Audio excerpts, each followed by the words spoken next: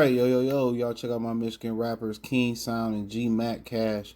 Just dropped a new hip hop singles. The Butchers is out on all digital platforms. Make sure you tune in and check them out. The Butchers by King Sound and G Mac Cash. Links in the description. Make sure you check it out. YouTube Music, Spotify, Apple, regular YouTube. So make sure you go support these brothers, man. And peace. Man, let's talk about Lions have a new receiver that's emerging as their number 3 receiver. I mean, you typically know how I go. J-Mo gonna be on the outside. St. Brown is primarily going to be operating out the slot. And they have Daurice. Ooh, it's about to rain. This one I got in the car. Hard too. No diddy. They have a new receiver, Daurice Fountain. Or Daurice Fountain. I don't know how to properly pronounce his name. But yeah, you know, he has emerged over Donovan Peoples-Jones, Khalif Raymond, over a couple other receivers, to get a head start with the, at the third receiver spot.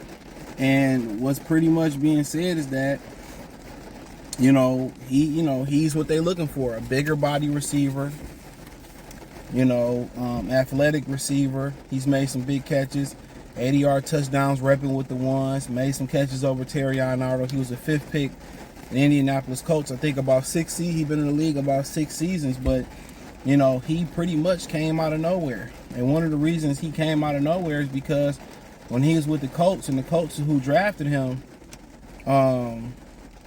he shattered his ankle and dislocated his ankle. So he shattered and dislocated his ankle. Then, on top of that, he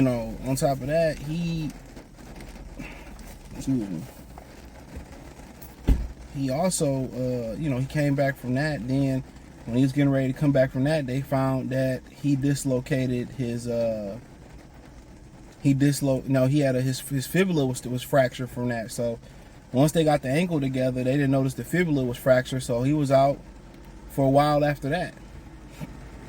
Then when he got all that together, he joined the Chiefs. He he injured his abductor, his hip abductor.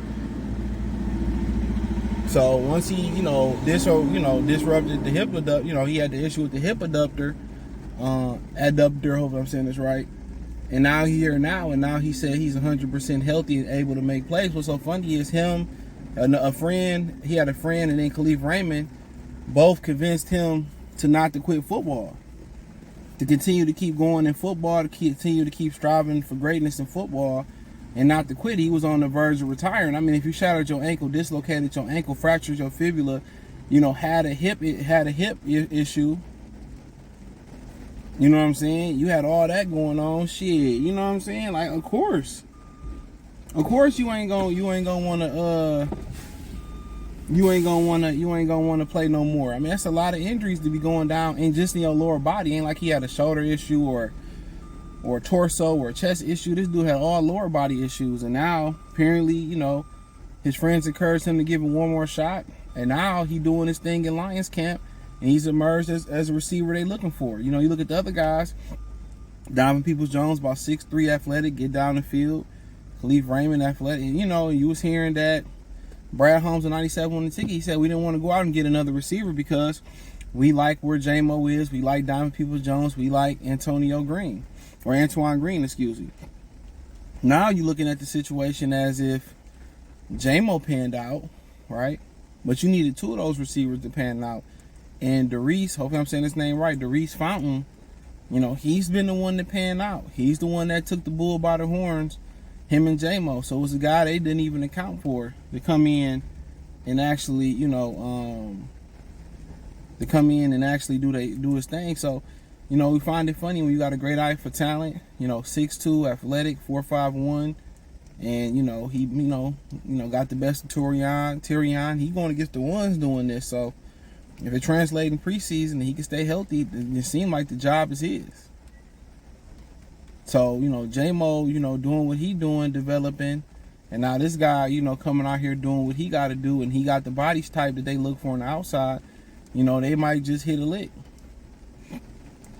They might just hit a lick with this one. So, you know, at the end of the day, excuse me, at the end of the day, you know, this is why you got a scouting department who got an eye on these type of guys. You know, this is why you hire scouts. This is why it's more important than, you know, knowing who you want in the draft, and knowing the players in the league, and knowing their histories, and, you know, knowing the undrafted free agents and all that, knowing where the pieces fit. And his story is truly amazing. They say sometimes, you know, we quit and we like one dig away from finding a pot of gold. Or, you know, we one more stroke in the mine, we one more, whatever they use, pick in the mine to finding the gold and getting to our goal, and we just turn around and quit. And we were so close. Persistence is a great trait to have. You know, consistency and you persistent, those great traits to have. And, you know, he was ready to call it quits. And his boys say, look here, man, you're an NFL caliber player. You can do this. We believe in you. Give it one more try. You know, imagine his friends didn't give a hell. I mean, yeah, quit, don't do it no more. Figure something else out. He would have never knew. He would have lived with that regret. He would have lived with that regret. So, and hopefully he can stay healthy and keep doing his thing, because he's going to play himself into a big money year. And people don't understand, when you go through them injuries, man, you know, it get hard. When it get cold, you feel those injuries. Trust and believe me. That's why I got a lot of respect for football players, because when you go out in the cold, you feel every injury. When you go play in the cold, you feel every every knick-knack, every soreness you got, every nick, bump, and bruise. That shit hurt. You feel it. You know, you feel it.